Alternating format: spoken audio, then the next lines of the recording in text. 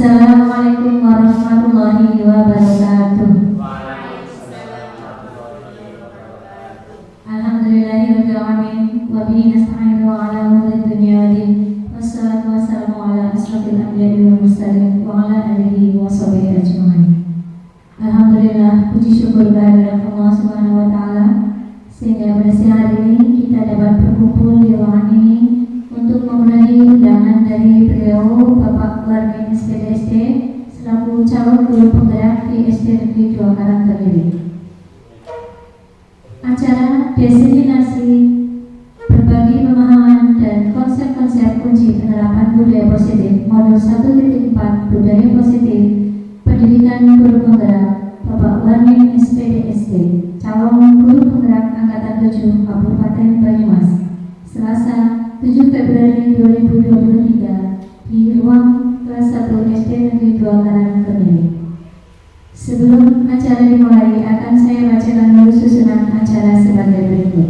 1. Pembukaan. 2. Sambutan kepala sekolah.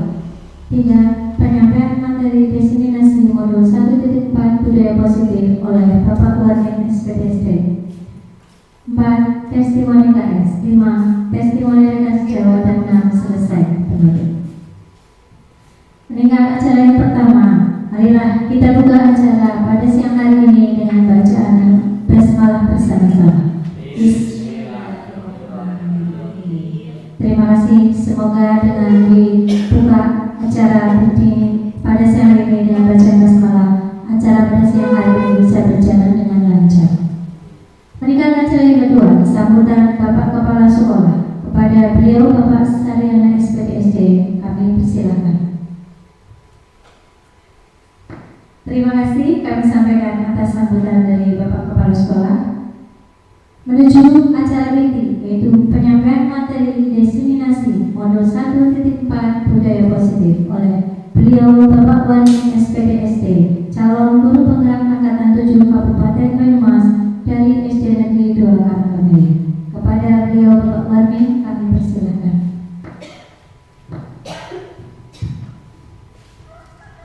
Bismillahirrahmanirrahim. Assalamualaikum warahmatullahi wabarakatuh. Bapak Ibu yang kami hormati, guru-guru hebat di SD Negeri 2 Karangtengiri. Yang pertama, konsep-konsep kunci yang terkandung di dalam materi modul 1 khususnya di 1.4 yaitu tema budaya positif.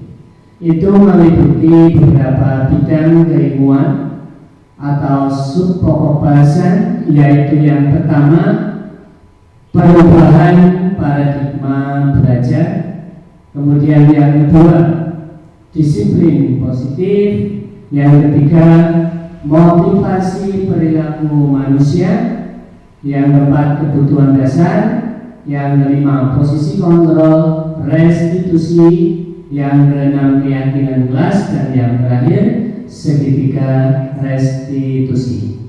Saat ini memasuki paradigma baru dengan kurikulum yang sedang diimplementasikan, yaitu kurikulum merdeka. Beberapa hal yang kita temukan adalah bahwa kita harus menempatkan pendidik, menempatkan guru sebagai sosok yang berperilaku sebagai fasilitator. Mungkin Pak Pam tahu ya, Pak Pam fasilitator ini. Kita memfasilitasi, bukan siswa yang harus melayani kita, tetapi kita yang benar-benar memberikan pelayanan. Kita memberikan fasilitas kepada siswa. Kita menghamba kepada siswa, bukan murid menghamba kepada guru, sehingga kita berlaku sewenang-wenang seperti pada periode masa lalu pada kolonial. Jadi guru sebagai fasilitator memfasilitasi, melayani, memberikan yang terbaik buat anak-anak dalam berbagai pelayanan di dunia pendidikan. Kemudian yang kedua sebagai motivasi, motivator, kita dituntut memberikan segala upaya mendorong kebangkitan motivasi yang hakiki, bukan motivasi kepalsuan.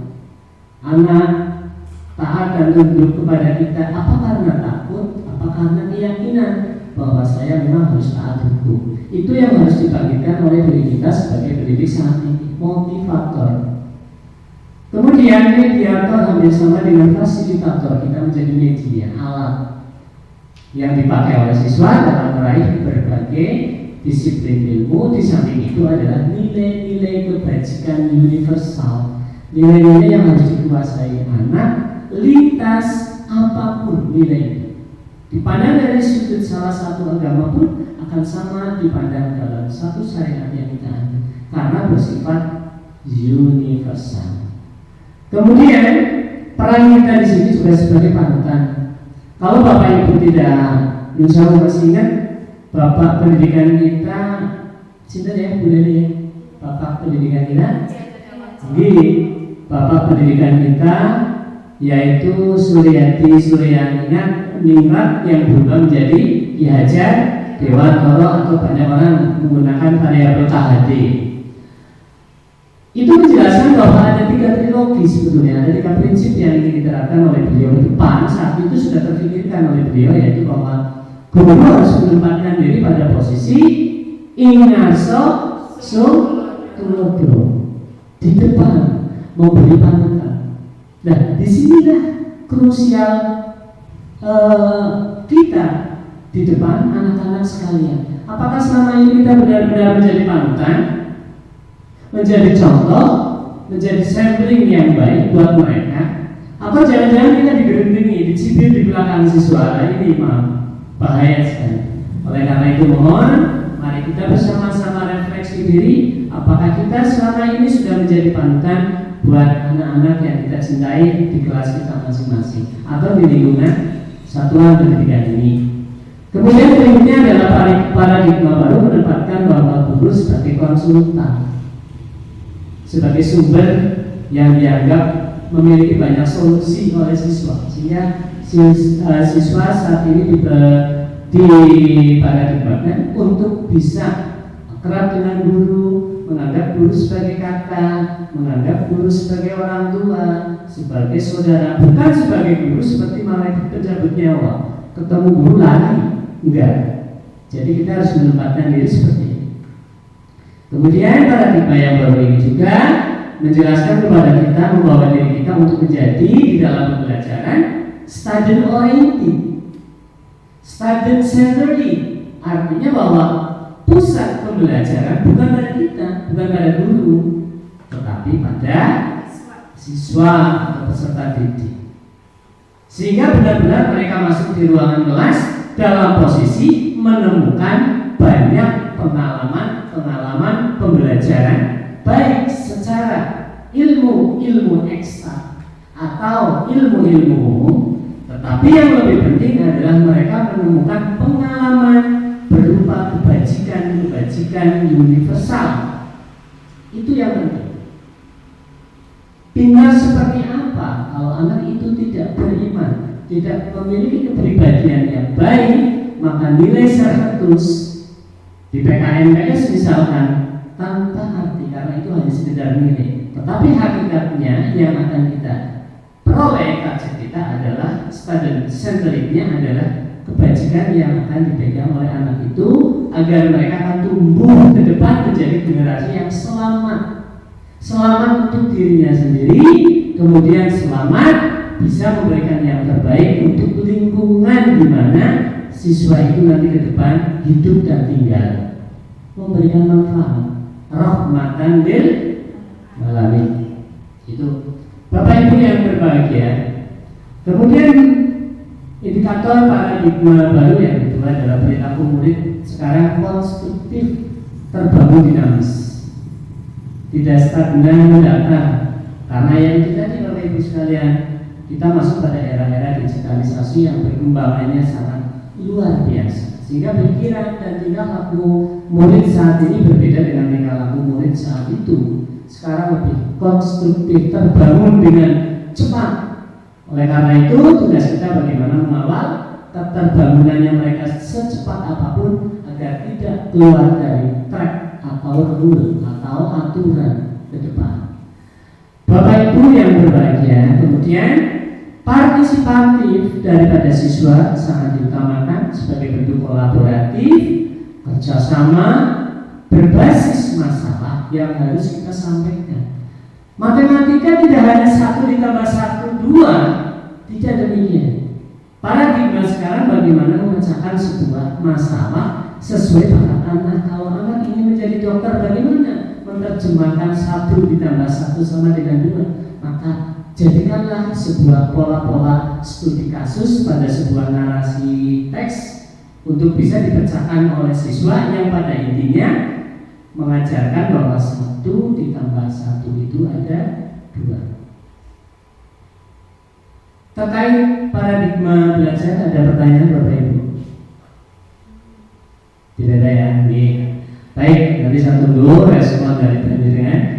Kemudian berikutnya adalah disiplin positif. Disiplinnya sesuai aturan teks bahasa adalah taat. Pak KS, disiplin itu taat. Saya sering diingatkan sama Pak KS selalu di awal rapat disiplin. Saya sangat luar biasa. Seorang pemimpin seperti Pak KS selalu satu kata yang tidak pernah saya tidak dengarkan di rapat guru adalah disiplin. Disiplin waktu nih Pak. Datang jam 7, balik jam sesuai aturan 15 Pak. Itu apa sih makna disiplin Bapak Ibu sekalian? Dalam mendengarkan makna kata disiplin dimaknai menjadi sesuatu yang dilakukan seseorang pada orang lain untuk mendapatkan kepatuhan. Pak KS tidak melakukan judgement, disiplin tolong, karena kita melayani siswa. Supaya apa? Kita ikut pada kepatuhannya. Apakah diperbolehkan secara ilmu psikologi? Sepanjang itu positif, tujuannya baik, saya pikir tidak masalah. Sekalipun ketaatan saya, kedisiplinan saya, kita semua di sini adalah bentuk kepatuhan kepada pimpinan. Tetapi bahaya, saya pikir kalau kita belum mampu secara intrinsik kepatuhan itu datang dari dalam hati, tetapi manakala kita juga menolak untuk tidak patuh, ini juga sangat berbahaya. Apa jadinya lembaga ini? Kalau bawahan tidak kondite, tidak solid, tidak loyal kepada atasan. Jadi demikian untuk disiplin positif. Kemudian yang kedua, disiplin diri yang merupakan hasil motivasi prinsip yang diharapkan oleh modul ini bahwa kita guru bagaimana menggali anak didik kita itu benar-benar mentaati segala aktivitas yang ada di sekolahan dari hari Senin sampai hari Jumat. Segala yang mereka lakukan adalah datang dari dalam. Karena inner beauty, kecantikan dalam hati itu akan terlihat oleh aktualisasi di lapangan. Kita sadar betul kalau saya tidak inner beauty, maka yang merasakan juga rekan-rekan kerja. Kita ada konflik dengan teman rekan kerja. Tetapi manakala ada orang yang inner beauty-nya sangat will-being, sangat menyenangkan, perak dari nyaman kita. Begitu tentu kata-katanya melindungi, memberi solusi. Begitu ya Pak-Pamnya. Begitu nih kalau kita ya mendekat kepada orang-orang yang sudah sangat bijak, kita akan merasa ayo kita sambat, kita pertolongan apapun insya Allah diberi solusi yang solutif, solusi yang solutif. Kemudian Bapak Ibu yang berbahagia, di dalam menciptakan kita ke depan situasi pergaulan aktivitas di SD 2 tahun ini agar terjadi motivasi atau lingkungan yang positif, maka perlu penerapan disiplin Bapak Ibu sekalian. Dari mana penerapan itu? Apa dari siswa dulu? Tentunya tidak demikian. Tetapi disiplin itu berasal dari diri kita sendiri. Baru bleber, tumpah, merembet ke peserta didik. Ya, bagaimana kita akan memaksa anak untuk disiplin kalau diri kita juga belum disiplin? Insya Allah begitu Pak Kais. Kemudian berikutnya adalah menciptakan anak-anak yang memiliki disiplin diri sehingga berperilaku mengacu pada kebaikan universal. Inilah tugas kita yang sangat berat, Bapak Ibu. Di saat kita harus mendisiplinkan diri kita sendiri, mendisiplinkan anak-anak kita di rumah yang begitu sangat luar biasa, abote, berarti, karena mereka digoda oleh budaya-budaya dan fasilitas pengetahuan dan IT yang begitu sangat tajam. Ini yang akan kita bertentangan atau memperkuat kita untuk bagaimana kita harus mendisiplinkan diri kita, anak-anak kita. Kemudian yang sangat urgen adalah mendisiplinkan murid-murid di kelas kita masing-masing.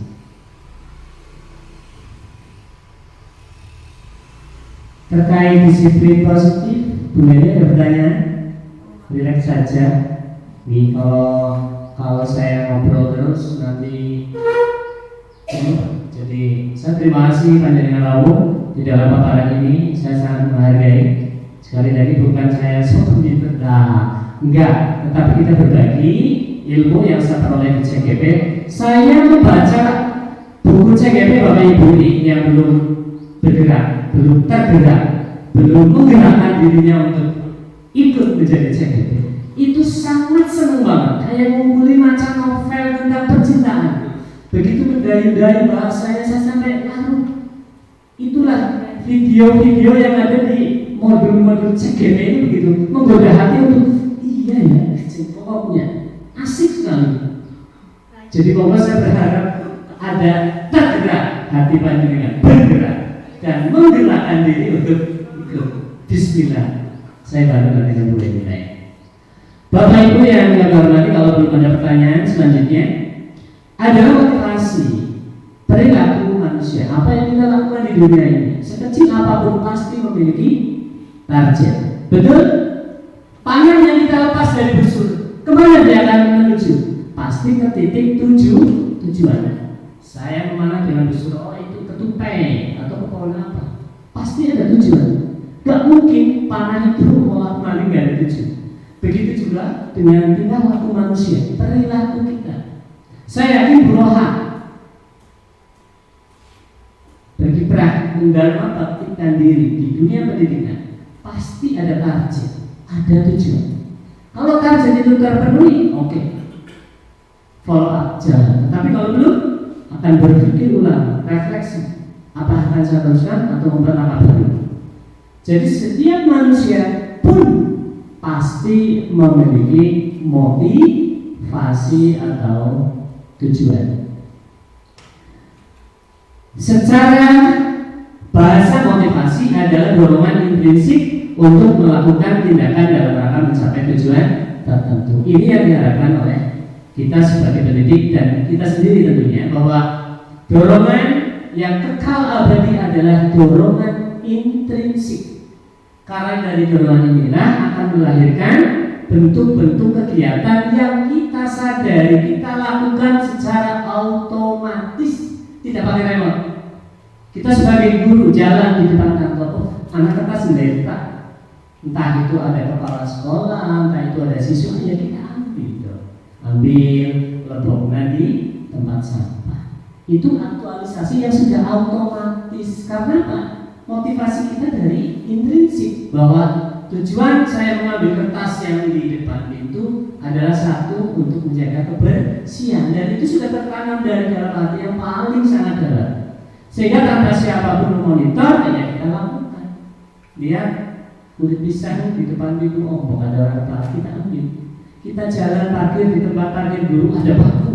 Saya sering lihat ke bawah, Pak sering berolah kalau parkir di depan guru Atika juga. Itu kalau saya lihat ke bawah ada paku kecil-kecil ya di depan kelas, malah saya jalan betul, saya sampai merinding, aduh jalan betul. Saya ambil tanpa ada apa-apa, nggak apa-apa, saya ambil karena nilai hitamnya. Mungkin inilah jalan saya masih surga, begitu ya Pak. Mungkin jalan ini saya ambil jalan betul ya Bu, ini benar. Dan saya nggak pernah laporan ke Pak AS, ke saya Pak AS, nggak pernah. Membahayakan itu ya Pak, terutama untuk Atika ya. Iya betul. Jadi demikian yang saya lakukan. Motivasi yang kita harus tanamkan ke siswa adalah motivasi dari dalam, bukan eksternal. Karena kalau eksternal itu semu. Kemudian menghindari ketidaknyamanan atau hukuman. Jadi perilaku manusia itu ada beberapa tendensi. Yang pertama menghindari ketidaknyamanan atau hukuman. Saya lakukan karena saya nggak nyaman kalau nggak melakukan ini. Pasti saya akan dijudge oleh Bapak KS. Saya akan selalu datang jam 7. Tetapi kalau niat itu dari dalam, itu sangat membahagiakan kita. Saya akan datang jam 7. Sebab kalau saya setengah 8, nanti Pak Kepalanya berit saya malu di depan ruang rapat. Itu udah beda masalah Bapak Ibu.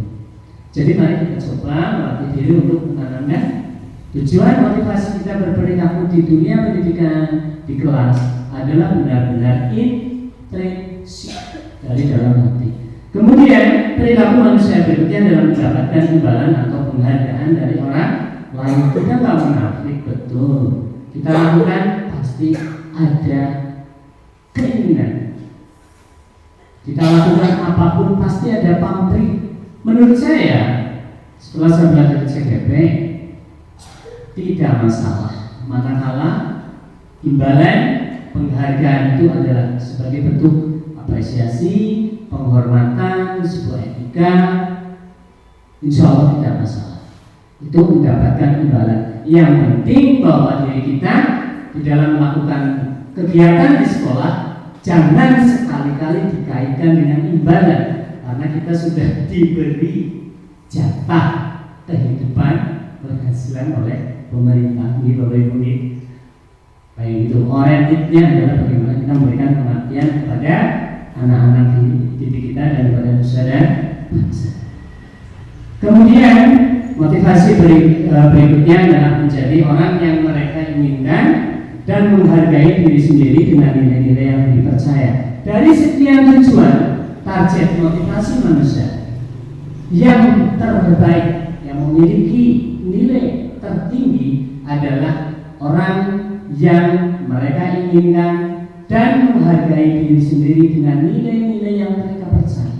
Saya percaya kok, kalau saya menolong orang pasti saya akan ditolong oleh Allah yang Maha Kuasa. Kalau saya mempermudah orang, insya Allah saya akan dipermudah oleh Allah yang Maha Kuasa. Biar Bapak enggak membalas saat ini pada saya, tapi saya titipkan kepada Allah. Insya Allah demikian. Motivasi perilaku manusia. Ada pertanyaan, Bu Eri? Motivasi? Belum ya? Bukan silakan Bu Roka yang luar biasa ya.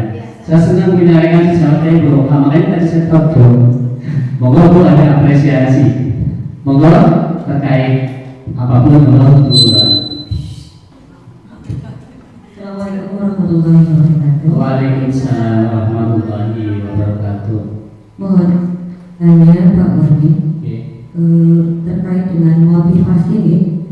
Jadi begini, bagaimana cara yang efektif dalam memberikan motivasi kepada peserta didik kita agar memiliki keyakinan yang kuat untuk selalu berbuat kebaikan tanpa dipengaruhi rasa takut akan adanya hukuman dari Bapak Ibu guru, sehingga keyakinan tersebut itu dilaksanakan secara sadar dan penuh rasa tanggung jawab. Nah, kemudian didorong dengan nilai-nilai keyakinan atau percaya dari dalam dirinya, begitu Pak. Karena selama ini banyak kita lihat peserta didik kita itu melaksanakan kebaikan seperti piket, melaksanakan kebersihan kelas, kemudian mengerjakan PR, itu dengan terpaksa Pak. Sepertinya dengan terpaksa seperti itu. Sampai saat ini pun masih banyak anak-anak kita yang melaksanakan semua kegiatan itu dengan terpaksa, dengan rasa takut dan lain-lain. Itu saja Pak bisa saya sampaikan dan tanyakan, mohon penjelasan. Terima kasih. Assalamualaikum warahmatullahi wabarakatuh. Waalaikumsalam warahmatullahi wabarakatuh. Terutama dong para rekan sejawat kita yang pikirannya sudah melangkah jauh ke sana dari saya. Izin nih Pak, Pulau berdiri. Jadi rekan-rekan yang berbahagia, bagaimana sih agar peserta didik itu melakukan segala aktivitasnya di sekolah itu benar-benar dari keyakinan? Bagaimana kita agar bisa melakukan itu? Anak-anak itu melakukan mungut sampah, mungut paku, nyapu, buang bungkus jajan di tempat sampah, dilakukan atas keyakinannya. Bagaimana sih caranya, Pak Guru? Bapak Ibu yang saya hormati, proses tidak simsalabim. Segala upaya yang kita lakukan tidak begitu saja simsalabim, ada berat. Apa yang terjadi, Bapak Ibu? Supaya kita memperoleh target itu, langkah awal bagaimana kita menempatkan diri di hadapan, di depan mereka. Nanti akan ada materinya, Bu Roha. Kita menempatkan diri kita di depan anak-anak kita yang kita sayangi setiap hari di sekolah. Itu menempatkan diri saya ini sebagai apa? Sebagai malaikat pencabut nyawa kah?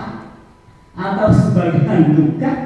Atau sebagai orang yang melindungi? Orang yang memberi kasih sayang, orang yang dianggap begitu sangat dihargai oleh mereka, itu di peran-peran itu dulu. Kalau kita sudah menempatkan diri sosok kita di depan mereka sebagai seorang hantu pencabut nyawa, katakanlah, mereka udah lari. Buru-buru kita akan mengajak, sayang, tolong itu kertas diambil. Udah lihat kita aja udah pergi lari, takut, ada pam-pam, ya galak luar biasa. Kalau salah saya digitik, pakai penggaris tangan sudah di meja, digitik cepat karena saya nggak hafal 5 kali 5 pada saat kelas 4. Ya mereka kan lari dong. Jadi intinya bahwa proses itu akan sangat panjang dan kita harus memulai dari sekarang. Dari apa? Tempatkan diri kita di depan mereka pada posisi yang unggul, di mana kalau kita akan mengatakan ngalor, mereka akan berbondong-bondong ngalor, ngidul akan lari itu. Tapi kalau kita dianggap sebagai penghukum dan seterusnya nanti pada posisi itu, mereka akan jadi musuh kita, mereka akan menjadi lawan kita. Itu Bapak Ibu. Jadi semua harus dimulai dengan menempatkan menempatkan diri kita di depan anak itu, di dalam hatinya sebagai sosok yang bagaimana. Karena air yang tes ke batu, lama-lama batu akan berlubang. Itulah peran-peran kita. Sentuh hatinya, sentuh perasaannya, sentuh psikisnya. Jangan engkau sakiti secara verbal pada fisik dan mental, tapi sentuh dirimu. Insya Allah apa yang kita katakan mereka akan ikut dan akan menjadi sebuah keyakinan manakala bahwa kegiatan yang kita terapkan di sekolah itu positif, dilakukan sering. Awalnya memang bentuk ketaatan karena peraturan kelas, tetapi manakala ketaatan itu dilakukan rutin, permanen, intens sepanjang hari, bulan, tahun, maka ketaatan kecil itu akan menjadi sebuah kebiasaan. Jadi saya nggak datang mungkin karena suatu acara di dinas di sekolah, mereka akan dengan otomatis membersihkan tempat tulis, menata meja, kemudian konsultasi dengan guru lain ke kantor karena sudah menjadi kebiasaan. Manakala kebiasaan ini muncul tanpa harus kita memantau dalam bentuk apapun dan dilakukan oleh peserta didik secara otomatis, itulah titik puncaknya sebagai sebuah budaya. Masker, maaf, sentingnya pakai. Awal kita taatnya karena takut ketularan penyakit. Tetapi pada tahap pembelajaran sekian tahun, kita memahami begitu manfaatnya masker, adanya polusi udara, kita akan menjadi sehat karena masker. Kemudian beberapa hal kalau kita batuk menghindari atau kita yang sakit biar tidak tulari teman atau rekan. Manakala kepentingan pemahaman itu sudah meresap ke tubuh kita paling dalam, maka penggunaan masker bukan dalam bentuk ketaatan peraturan, tetapi penggunaan itu sebagai budaya yang sangat sadar kita lakukan bahwa ini menjadi hal baik. Seperti contohnya Pak Ais, kita nggak maskeran, tapi Pak Ais tetap mempertahankan maskeran. Ini sebuah contoh keyakinan yang sudah muncul otomatis, nggak perlu pakai remote. Demikian Bu Roha, nanti bisa ditambahin melalui referensi melalui teori-teori yang lain pada perkembangan seperti. Bapak Ibu yang berbahagia, Berikutnya adalah kebutuhan dasar manusia. Kita hidup tentunya membutuhkan lingkungan, membutuhkan apa yang bisa membuat diri kita menjadi hidup.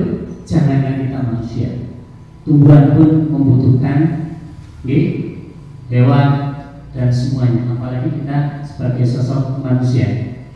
Di dalam penerapan konsep disiplin identitas gagal yang tadi sudah saya sampaikan, apakah akan gagal dan sukses, ini ada beberapa bentuk yang harus kita aplikasikan di lapangan. Jangan sampai keliru. Harusnya kita validasi dulu, icik-icik bocah di kebun, icik-icik bocah tidak boleh masuk di luar tanpa kita tanya sebab musababnya yang dilakukan oleh siswa. Jadi inilah konsep disiplin dengan identitas gagal adalah satu, Bapak Ibu, hukuman yang kadang kita lupa. Karena kita faktor manusia yang nggak sempurna, sabar. Kadang kita kita lagi marah, kita lagi bad mood, ada masalah di rumah, bawa ke kantor. Anak titik nggak ikut arahan kita. Pergi kamu, keluar dari kelas. Saya nggak mau ngajar kamu, pulang sana sama ibumu di rumah. Mari, kalau saya ikut belajar dengan Pak Guru. Ada seperti itu. Ada yang lebih parah, ini bahasa planet itu ada dulu, tapi sekarang alhamdulillah sangat luar biasa tidak ada. Maka jauhlah sikap kita pada saat mempola sebuah konflik kesalahan dari orang-orang yang kita sayangi, termasuk anak didik, dengan pola hukuman. Karena hukuman itu apa Bapak Ibu? Menyakitkan hati. Gini model. Kata itu adalah lanjutnya menjadi pisau tajam. Kita memberi hukuman berupa kata-kata kesat. Mau dari jangan sampai sebagai seorang pendidik menyakitkan, membuat kita gak nyaman juga. Kemudian murid takut, lari lihat kita udah fobia. Saya ketemu Pak Pang lari umpetan. Karena saya takut, saya ingat betul waktu itu saya gak hafal 5x5 tangan sampai di meja, gebrak pakai garis. Sampai kapan akan teringat di hati, itu pasti. Karena sakitnya hati begitu sangat sakit, melebihi sakit gigi. Itu kata medisnya ya, hafalnya itu sakitnya hati. Itu makanya jangan menghukum, memaksa. Hukuman itu memaksa, nggak ada hukuman itu toleransi, nggak bisa. Hukuman itu sifatnya memaksa, tidak ada kesepakatan di antara kita. Itulah tidak adilnya hukuman. Jadi sebaiknya kita menempatkan diri adalah memberikan bukan hukuman, tetapi solutif biar anak menjadi berbuat baik, tetapi dengan kesepakatan dalam bentuk konsekuensi. Lebih tingginya adalah dalam bentuk restitusi. Itu nanti loh. Jadi itu adalah bentuk hukuman yang lebih fatal, yang terkena bukan hanya fisik tetapi mental anak-anak. Jangan siswa, kita mau buat BGP dijas di sebuah rapat oleh kepala mungkin saya bahasa apa bodoh, itu akan kerasa sepanjang tahun. Misalnya Pak SD, SMP, itu akan kerasa karena Pak mental yang menang, bukan fisik. Goresnya silet, diobat merah mati, tancoplas sekali, tapi kita goresnya hati sampai mati keras. Insya Allah kita bukan orang-orang yang seperti itu, memberikan sebuah hukuman dalam bentuk kata-kata kesat. Insya Allah enggak, kita bisa mengawal lebih bijak. Kemudian Bapak Ibu, penghargaan tidak efektif juga. Kemudian karena apa? Kreativitas anak sudah dipatok pada penghargaan itu. Kamu sudah berbuat baik, kamu sudah ranking 1, saya kasih sepeda pit, yaitu maksimalnya hanya penghargaannya sepeda pit. Padahal Bapak Ibu, kalau kita tidak memberikan penghargaan berupa hadiah pit, dia akan melakukan apapun demi prestasinya, dan itulah penghargaan yang sebenarnya. Belajar. Tapi yang disuruh video wis, langsung lebih tinggi. Kan begitu nih Bapak Ibu. Jadi makna dari penghargaan itu adalah termasuk dalam konsep disiplin yang gagal. Kemudian merusak hubungan menjadi Pak Pam diberi hadiah 500.000 rupiah. Guru yang lain ada dia ikut kesel gitu loh, Pak Pam dong misalnya. Sekalipun Pak Pam dibagikan, tapi hakikatnya itu merusak hubungan personal dan diri dasar. Kemudian adalah mematikan kreativitas sebatas sampai pada hadiah itu. Kalau kita sudah memperoleh hadiah sudah cukuplah pada posisi nyaman. Bapak Ibu yang berbahagia, menghukum dengan ranking merampas hak menghargai dirinya. Kalau memang ada kontradiktif dengan kita sebagai guru, ada yang harus memiliki referensi sejarah bocah Jane pinternya apa, rankingnya berapa, Jane itu perlu. Menurut saya perlu, tetapi itu adalah internal, ada di catatan guru secara pribadi. Tidak bisa dikonsumsi untuk halayak umum, apalagi di depan bapak ibu dari anak itu. Karena satu sisi kita mengatakan ranking 1 Siti, ranking 2 Dewi, ranking 3 Budi, tapi ada yang ranking terakhir. Ini yang harus kita antisipasi, bahwa menghukum dengan ranking merampas hak menghargai dirinya sendiri. Mungkin secara nilai kalah, tetapi suksesnya orang, bahagianya orang tidak ditentukan oleh ranking 1, 2, dan 3. Kadang orang bodoh malah lebih sukses dari saya.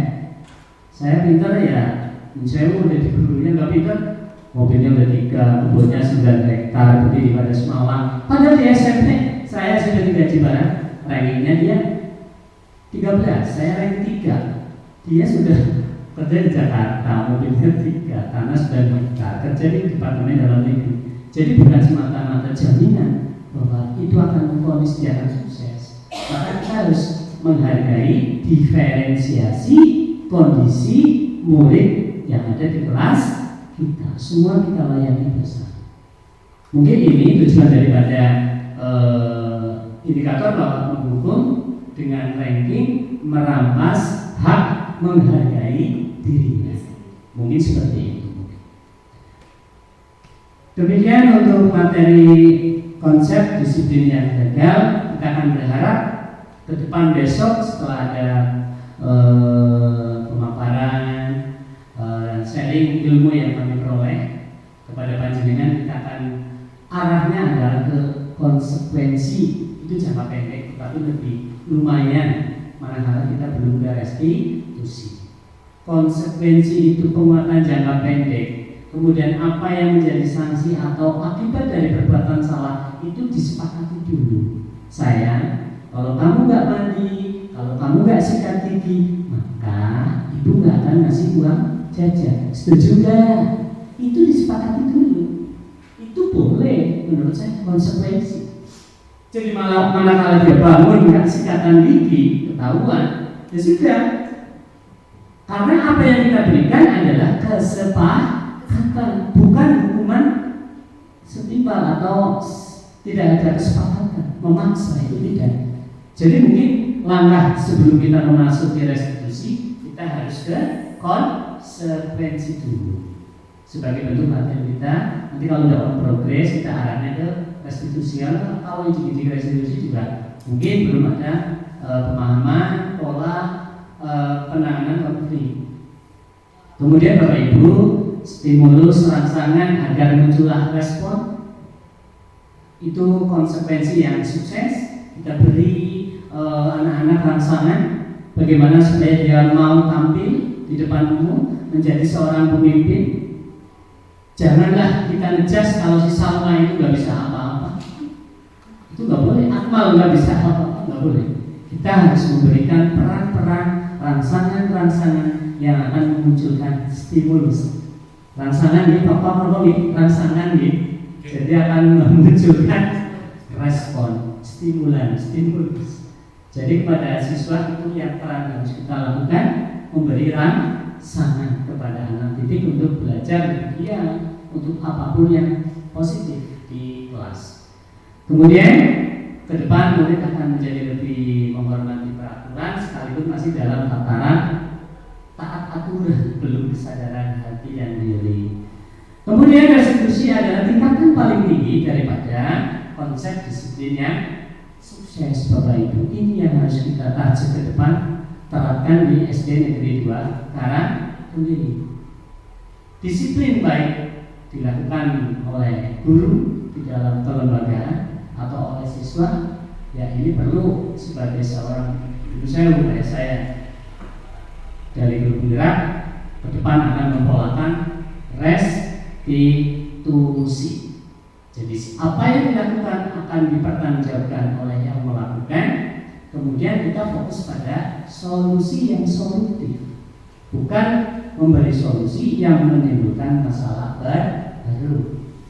Kita harus validasi, mengapa sih Pak Pamu datangnya terlambat nih hari ini pada jamnya misal atau saya sendiri Pak Wadi kenapa sih kok baru datang 7:30, padahal anak-anak pada tadi laporan ke kantor, Pak Barin mana Pak Barin. Itu kita validasi sebagai rekan kerja, rekan sejawat, kita validasi ada apa. Jebule anaknya lagi misal ada sesuatu yang tidak bisa ditinggalkan, darurat misalkan bisa saja. Jadi inilah Bapak Ibu pentingnya teori kontrol dalam rangka memberikan solusi yang konstruktif, berpola, penuh penghargaan diri yang baik dalam menangani sebuah disiplin. Manakala ada yang tidak disiplin. Ada pertanyaan Bapak Ibu terkait konsep diri yang gagal dan sukses? Bu Neni, monggo. Kayak tadi mau ngaceng nih loh. Saya tidak dari jauh. Oke. Merdeka! Ayo bareng-bareng, merdeka! Iya, aku belum merdeka, masa itu saya merdeka. Merdeka! Itu dulu gerak itu begitu. Merdeka! Salam dan bahagia. Asik sekali Bapak Ibu. Mohon maaf nih kita atau saya menyita waktu panjangnya. Kita lanjutkan, masih ada beberapa menit Bapak Ibu. Menanamkan disiplin positif pada murid melalui pendekatan restitusi. Restitusi itu apa? What is the restitusi? Adalah proses menciptakan kondisi bagi murid untuk memperbaiki kesalahan mereka. Kita beri kesempatan. Ridho, ada laporan kamu nendang marah. Kenapa sih itu? Tolong ya diperbaiki. Itu salah nggak tuh? Salah Guru. Berarti kamu harus bagaimana? Ya nggak boleh. Besok mau kayak gitu lagi? Enggak, insya Allah Pak. Jadi kita beri kesempatan untuk merubah perilaku untuk tidak mengulangi kembali. Jangan cas dengan hukumannya, apalagi sifatnya menyakiti fisik dan psikologisnya. Itu pengertian restitusi Bapak Ibu. Jadi kita bekerja pun kita harus selalu melakukan restitusi. Ada contoh perkara itu yang terkait Mbak Devi yang keluar ke Jakarta ini, Bu Kasim. Itu adalah salah satu bentuk restitusi yang saya terapkan bahwa akar permasalahannya hanya Bapak kepala kami Bu Guru begini. Maka saya datang ke rumahnya, ketemu tatap langsung. Kita nggak bisa memponis ini harus fakta dari data politik, nggak bisa. Maka saya datang sekalipun jauh tapi asik sambil menikmati indahnya alam Indonesia. Gitu ketemu sekalipun mau butik. Saya ngomong orang-orang nggak apa-apa, tapi itu nikmatnya restitusi. Saya harus ngomong, putranya di mana? Bu. Penerjemahnya untuk tetangganya turun mbak yang dari Cilacap. Mas Budi, mau diterjemahkan. Itu Bapak Ibu. Itu sebagai bentuk apa? Langkah restitusi, pendekatan dalam rangka membuat sebuah solusi. Setelah ketahuan duduk perkaranya, begini. Akhirnya kita bisa menemukan langkah secara yakin karena ini tidak akan menyalahi peraturan. Maka PKS membuat sebuah kesepakatan dengan guru, membuat satu keyakinan bahwa kita sudah mantap berdasarkan surat pernyataan anak ini bisa kita cut dari data sekolah. Kan demikian di PKS tidak sendirian menentukan kebijakan yang berbagai, tetapi melalui pendekatan restitusi, insya Allah meminimalisir efek-efek yang tidak baik. Tidak akan orang-orang berdekaman kaget Pak leader. Bapak Ibu yang dihormati, berikutnya adalah karakteristik hukuman, kemudian restitusi dan seterusnya.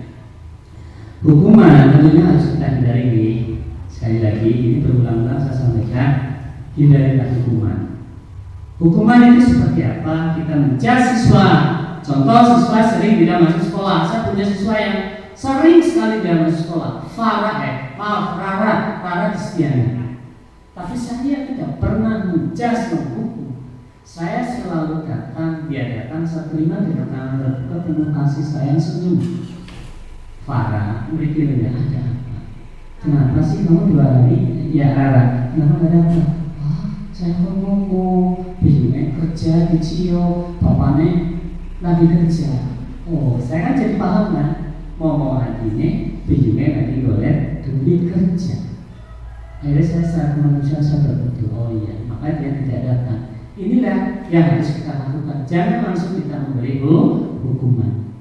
Murid menjadi merasa takut, kemudian menyakiti verbal secara batin, jiwa dan raga yang akan kena. Sakitnya hati di sini itu akan selamanya. Jadi marilah Bapak Ibu sekalian, kita mencoba trial and trial, mencoba bahwa hindari untuk memberi hukuman. Kemudian konsekuensi, karena kemarin tidak masuk kepada salah satu siswa dengan kasus siswa sering izin tidak masuk sekolah, bagaimana bentuk konsekuensinya yang harus kita terapkan? Saya meminta siswa tersebut untuk menulis materi kemarin yang tidak bisa ditulis, silakan nanti ditulis di jam istirahat. Itu bentuk konsekuensi. Tapi kalau dia datang karena kemarin 2 hari nggak masuk, izin, jangan masuk, di luar saja. Apalagi dengan tangan menunjuk-nunjuk, mata mendelik, itu sangat luar biasa. Itu tidak diperbolehkan. Kemudian dengan konsekuensi tentunya akan membuat guru tegas, tetapi dihargai, bukan ditakuti, Bapak Ibu. Kemudian yang tertinggi adalah restitusi. Guru menanyakan keyakinan kelas yang telah disepakati. Kemudian kedua, memvalidasi. Apapun yang terjadi di kelas, di sekolah, di lingkungan kita tempat tinggal, di rumah, dimanapun, validasi. Tabayun namanya bukan ya, kalau di ilmu syariat ya. Kalau kita mendengar sesuatu yang miring seperti masalah, kita jangan langsung menitali, langsung memberi vonis, tapi harus tabayun namanya, Bu. Betul? Artinya kita menanyakan ke narasumbernya, jadi itu perkaranya pribadi, kan begitu ya. Jadi itu yang harus kita lakukan. Seperti kemarin yang saya tadi, hari kecil kan itu juga tabayun sebetulnya, cross check ke narasumber langsung. Lah Bapak Ibu, terkait tadi Bu Roha dengan pertanyaan panjenengan yang sangat hebat, biar anak-anak kita itu memiliki ketaatan tapi hasil dari intrinsik, sehingga kita kategorikan sebuah keyakinan. Apa? Itulah. Jadi menempatkan kontrol kita di kelas dalam sosok seperti apa? Penghukum. Karena tidak mengerjakan PR, Budi keluar, tidak boleh masuk. Tulis, saya akan mengerjakan PR 100 halaman. Pengumumannya benar orang terima saja. Itu fisik yang itu hukuman Bapak Ibu. Kemudian yang kedua, kita jangan jadi pembuat rasa bersalah orang, karena efeknya mental down, minder, takut, dan dia akan merasa bahwa saya orang yang selalu tidak bisa berbuat baik. Saya akan merasa jadi siswa yang akan selalu dinilai rendah. Itu karena apa? Kita yang membuat dia merasa baik. Sering aku mengingatkan, kenapa hasilnya begini, saya kecewa ini. Nah itu, maka itu tidak boleh dilakukan oleh kita sebagai guru pembuat rasa bersalah. Teman, seyogianya kita selain menjadi guru, kita juga menjadi teman yang baik, bukan teman yang tidak baik. Apa salahnya kita menempatkan diri menjadi teman? Duduk di perpustakaan, dibaca apa, dibaca ini, kamu suka, makanya boleh pinjam, mau bawa berapa tema ke rumah, ajak ngobrol. Dia tidak segan menempatkan kita sebagai guru, dia akan bercerita panjang lebar. Maka guru seyogianya juga menempatkan diri sebagai teman. Itu sangat baik. Dengan begitu, apapun yang mereka lakukan, ada masalah apa, kita akan segera cepat mengetahuinya. Pemantau, contohnya, kamu tidak mengerjakan PR, kamu tahu apa konsekuensinya? Kamu tahu kan? Nah, seperti apa peran-peran yang akan kita lakukan? Menjadi pemantau, atau manajer? Apakah kamu tahu kesalahanmu? Bagaimana kamu akan memperbaikinya? Bapak Ibu yang berbahagia, berilah peran-peran ini antara penghukum, pembuat rasa bersalah akan menjadi teman atau pemantau atau manajer. Marilah, kalau saya berharap menjadi teman, pemantau, manajer sesuai dengan permasalahan yang ada. Dikala kita harus menjadi teman, jadi teman. Dikala kita harus menjadi pemantau, pemantau. Di saat saya harus menjadi manajer, saya akan menjadi manajer. Tapi hindari menjadi penghukum karena kita berhakim. Jangan kita menjadi orang yang selalu membuat orang merasa bersalah. Bapak Ibu yang berbahagia, selanjutnya adalah tentang keyakinan kelas. Memangki ada mungkin 2 sub lagi yang akan saya paparkan. Mohon bersabar hati, yaitu keyakinan kelas. Menekankan pada keyakinan seseorang akan lebih memotivasi seseorang dari dalam. Ini sesuai tema atau pertanyaan dari Puroa, sangat-sangat luar biasa. Bagaimana apakah kita mampu membuat sebuah keyakinan daripada siswa agar dia melakukan apapun itu berdasarkan keyakinan, dorongan intrinsik, bukan karena takut, bukan karena pamrih, bukan karena anak keinginan. Oh, ada Pak AS, mama. Bagaimana kita menciptakan anak-anak itu? Tentunya dari peran-peran yang kita berikan sebagai teman, sebagai manajer, sebagai pemantau dan seterusnya. Seseorang itu akan lebih tegar dan bersemangat untuk menjalankan keyakinannya daripada hanya sekedar mengikuti serangkaian peraturan tertulis tanpa makna. Karena keyakinan ini akan mendorong hati akan mendorong anggota badan kita melakukan apapun otomatis tanpa remote. Ini kita coba dari diri kita sendiri di dalam melayani siswa. Apakah kita sudah melakukan keyakinan diri sebagai guru? Kemudian kedua, kita harus membangkitkan keyakinan daripada peserta didik. Di selain Bapak Ibu bisa bersami, di situ ada tahapan menciptakan keyakinan. Ini hierarkisnya lebih kuat berbanding peraturan. Kalau peraturan itu sifatnya sepihak. Anda harus taat lalu lintas, tidak ada kesepakatan, harus datang jam 7 dan seterusnya. Tetapi apakah hatinya sudah kita sentuh untuk menaati peraturan itu, untuk menciptakan keyakinan itu? Belum tentu. Peraturan kalau ada orang cenderung kita laksanakan, apalagi kalau kita ada pamrih. Tetapi kalau keyakinan itu murni dari hati yang paling dalam, dia ada sudah memasuki pada universal kebaikan. Dari kelas 5 kemarin saya coba membuat tahapan Bapak-bapak sekolah dan rekan-rekan guru yang berbahagia. Saya membuat peraturan awalnya sebetulnya, tapi setelah saya memperoleh pengetahuan di CGP, saya peraturan itu saya tanggalkan, saya ambil. Bahwa peraturan ini anak-anak saya cabut, kita rubah menjadi sebuah kesepakatan bersama dengan kalian semua. Maka saya lepas, Bapak Ibu sekalian, saya buatlah prosedur awal untuk membuat keyakinan di kelas 5 saya. Yang pertama Bapak Ibu, adalah saya memberi arahan keyakinan itu ini anak-anak sekalian. Kalau peraturan ini, anak-anak harus putar dulu. Kalau anak-anak nggak putar nanti malah kacau. Karena apa yang mereka lakukan harus sepengetahuan mereka, harus kita arahkan agar ada kesepakatan. Setelah kita arahkan kepada anak-anak, saya berikan mereka stimulus, rangsangan. Anak-anak coba, saya pengen Chandra, saya tanya kamu, pejamkan matamu, Andre.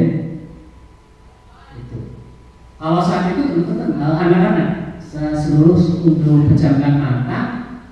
Bayangkan kelas seperti apa yang kamu inginkan anak-anak. Pejamkan mata, saya beri waktu 2 menit. Mereka duduk, ada yang seperti ini, ada yang diam, memejamkan mata. Bayangkan kelas seperti apa sih yang ingin kamu tempati.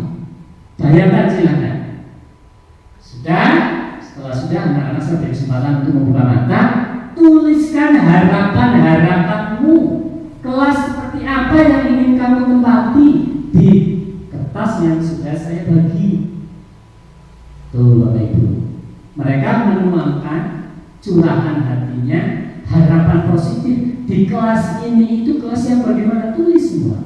Kan banyak sekali Bapak Ibu. Jadi ada yang minta saling menghargai, ada yang minta pengen kelasnya selalu bersih, ada yang mereka bermimpi kelasnya banyak bunga-bunga, ada yang memimpikan gurunya ramah, ada yang memimpikan teman-temannya selalu berbagi jajanan, banyak sekali. Nah, dari curahan hati itulah dari anak-anak kita kumpulkan di depan, kita pilih-pilih mana yang sejenis. Oh, ini tentang kebersihan, oh ini tentang kasih sayang, dikumpulkan. Kemarin saat tidak tempelkan di papan tulis, ada keterbatasan waktu itu papan untuk nempelin kayak stokron itu, ada form, jadi saya langsung di meja.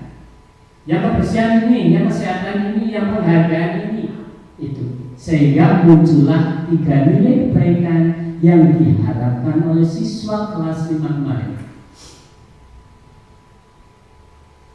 3 kebaikan itulah yang disepakati oleh anak-anak menjadi sebuah prinsip yang akan dijalankan, yang akan dijunjung tinggi setinggi-tingginya tanpa memandang itu pemikiran siapa.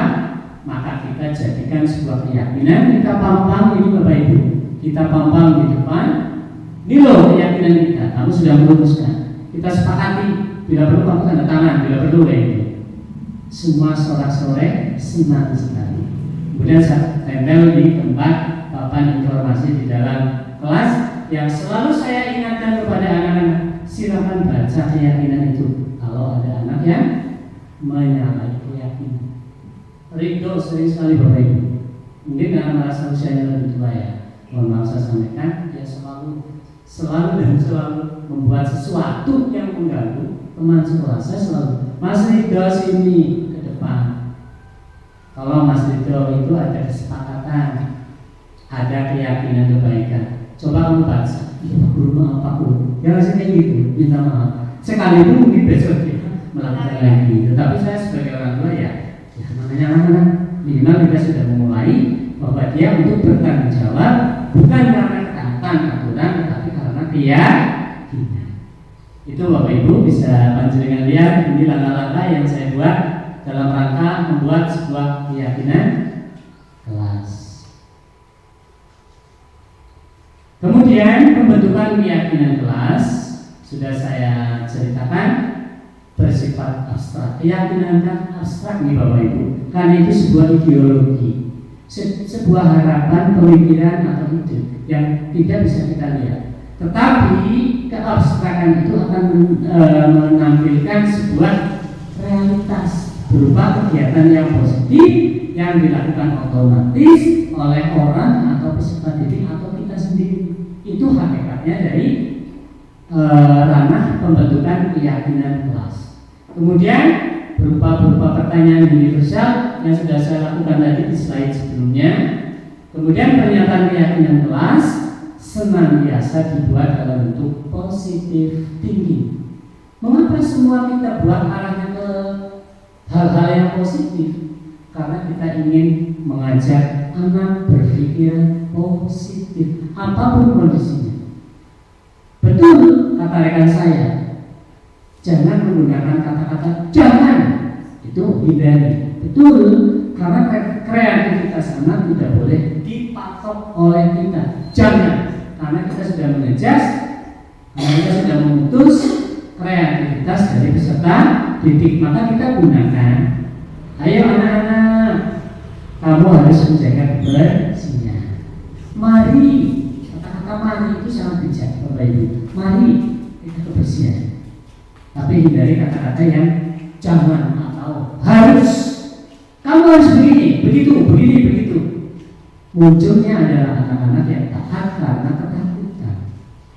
Kemudian semua kakak kelas hendaknya ikut berkontribusi di dalam membuat keyakinan kelas. Tadi sudah saya berikan contoh, semua anak bekerja mencurahkan impian mereka tentang nilai-nilai kebaikan di kelas. Apa saja ayo ditulis. Jadi mereka terlibat di dalam pembentukan nilai-nilai kebaikan kelas. Kemudian kita bersepakat dengan siswa bahwa nilai-nilai keyakinan ini pun dari waktu ke waktu bisa di cross check, bisa direview, bisa ditinjau kembali. Ada pertanyaan Bapak Ibu Bu Heri ini? Sepertinya mau bertanya. Belum? Bu Heri. Terima kasih atas waktu yang diberikan. Saya izin bertanya Pak, bagaimana membuat keyakinan kelas di kelas 1? Karena kalau keyakinan kelas kan mungkin sebaiknya di awal semester nih Pak. Nah kalau di awal semester 1 kan kondisi anak kelas 1 itu kan belum mengerti apa itu kelas, kebersihan kelas, menulis, belum bisa menuliskan pendapatnya nih Pak. Bagaimana membuat keyakinan kelas yang diyakini oleh siswa dan efektif dilakukan oleh siswa? Terima kasih. Baik, Bu Nelly Rosalina yang sangat luar biasa.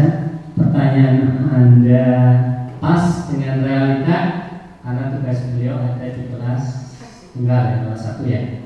Kendala memang adalah pada membaca. Anak belum bisa membaca, menulis, namun diminta untuk membuat sebuah catatan. Yang perlu kita sadari Bu Nelly dan rekan-rekan bahwa mencurahkan harapan mereka tidak serta-merta dalam bentuk tertulis.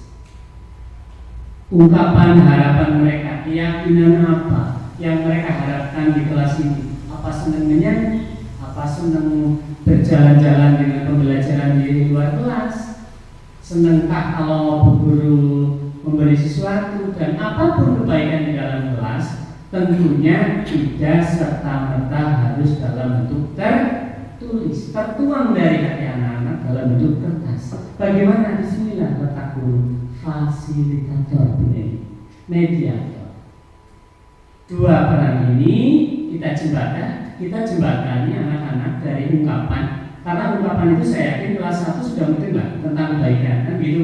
Nyilik batire, boleh nggak? Saya pikir anak kelas 1 zaman sekarang insya Allah udah paham ya, insya Allah. Boleh nggak? Oh nggak boleh, guru saya yakin. Jadi ungkapan hati mereka jangan kita paksa dalam bentuk tulisan karena memang mereka belum saatnya untuk membaca karena kelas 1 baru. Jadi kita sebagai guru tempatkan diri kita sebagai mediator atau fasilitator. Ya kita yang nulis tapi rame-rame gitu, muter gitu bersama sambil nyanyi. Balon buat ada 5 misal.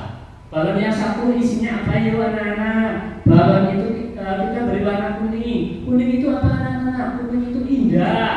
Berarti kelas kita bagaimana? Harus indah apa? Harus kotor. Oh harus bersih kan anak-anak insya Allah paham ya benar. Kita tarik dengan lagu balonku ada 5. Merah, kalau merah itu apa anak-anak? Anak-anak mungkin masih bingung, kita arahkan bahwa merah itu berani. Berarti kelas ini harus berani nggak? Harus. Berarti kamu Justin harus berani apa harus jadi penakut? Kita beri stimulus sebenarnya.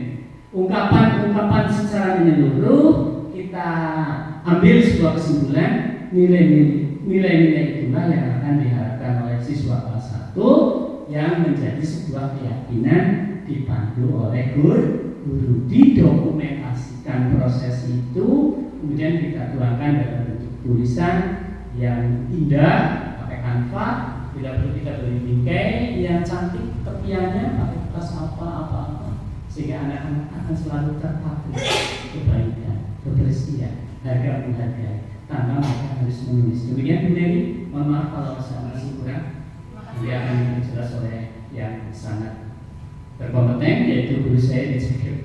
Jadi tapi pikiran saya gitu. Tapi memang keyakinan kelas Bapak Ibu itu dilakukan awal tahun pelajaran nih. Karena disitulah saatnya kita menentukan pola aktivitas yang akan kita jalani. Jadi polanya mau seperti apa? Itu di awal pembelajaran di tahun ajaran baru. Sekalipun di dalamnya dibuka sebuah boleh dikaji. Yang terakhir Bapak Ibu adalah segitiga restitusi.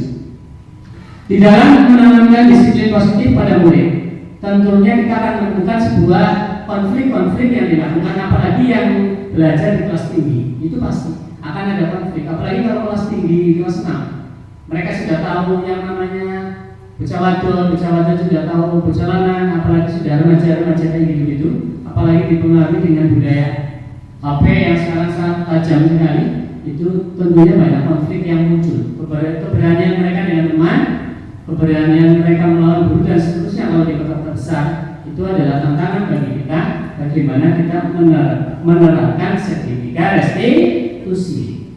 Cara menanamkan disiplin positif pada murid. Apa itu restitusi, Bapak Ibu? Proses menciptakan kondisi bagi murid untuk memperbaiki kesalahan mereka. Menciptakan kondisi bagi murid untuk memperbaiki kesalahan.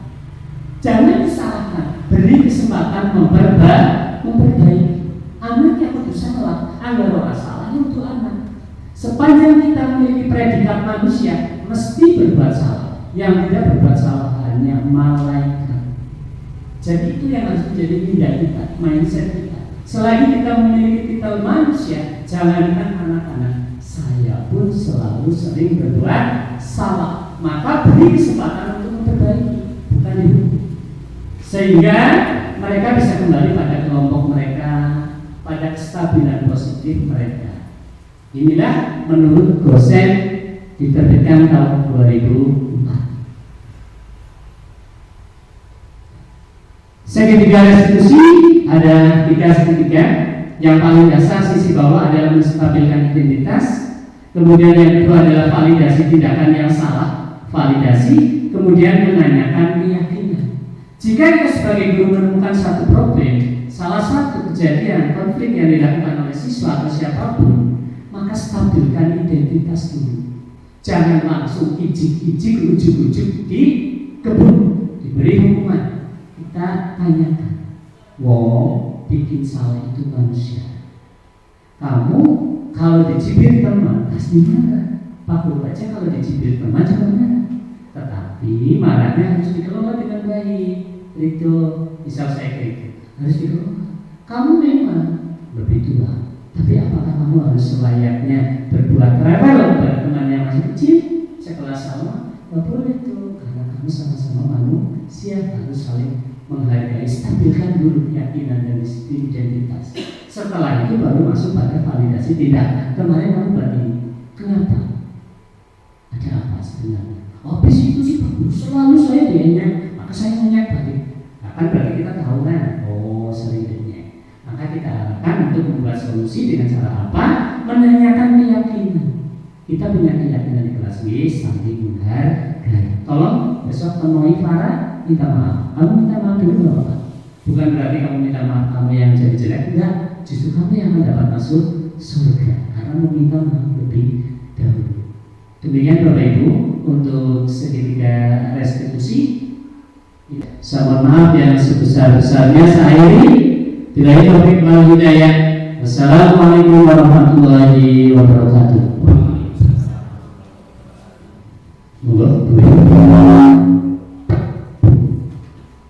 Demikian tadi pemaparan materi diseminasi berbagai pemahaman dan konsep kunci penerapan budaya positif modul 1.4 oleh beliau Bapak Warmin SPSD.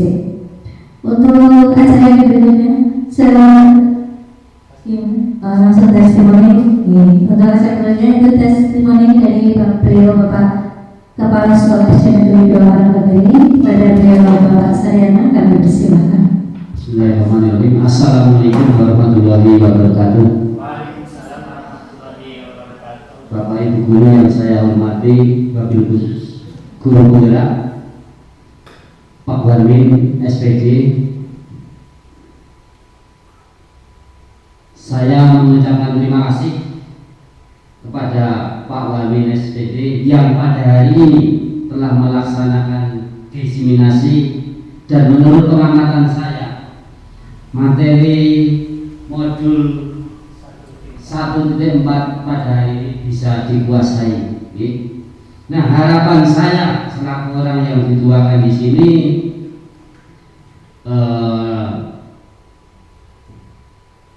nantinya bisa membawa SD 2 Karangkemiri ini lebih baik dibandingkan dengan SD-SD yang lain, ya. Karena kalau saya melihat isinya tadi yang sudah dipaparkan dari awal, dari awal mulai dari paradigma pembelajaran, dari teori-teori belajar, dari apa ya istilahnya John Locke, terus behaviorisme, itu benar-benar sangat mengena sekali. Itu teori belajar yang saya pelajari waktu di SPG. Jadi intinya anak itu bersih seperti kertas. Nah, art dari coretan apa baik itu tergantung dari bapak ibu, guru dan orang tua. Nah, harapan saya dengan adanya materi yang disampaikan pada ini sudah teorinya sudah dikuasai, nanti tinggal prakteknya di lapangan, nanti sehingga benar-benar SD 2 Karangmui itu lebih baik, unggul baik prestasi maupun sikap dan perilaku siswanya, sehingga menjadi contoh dan teladan bagi masyarakat. Itu saja yang dapat saya sampaikan. Saya akhiri. Assalamualaikum warahmatullahi wabarakatuh. Oke, terima kasih.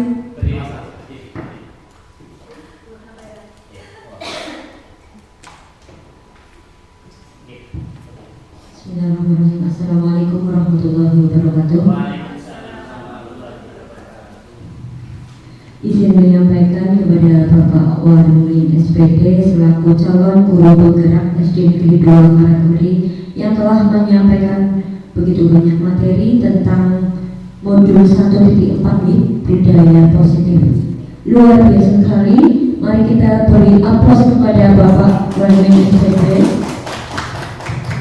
Luar biasa, kita apresiasi sekali karena materi tersebut sangat bermanfaat bagi kita.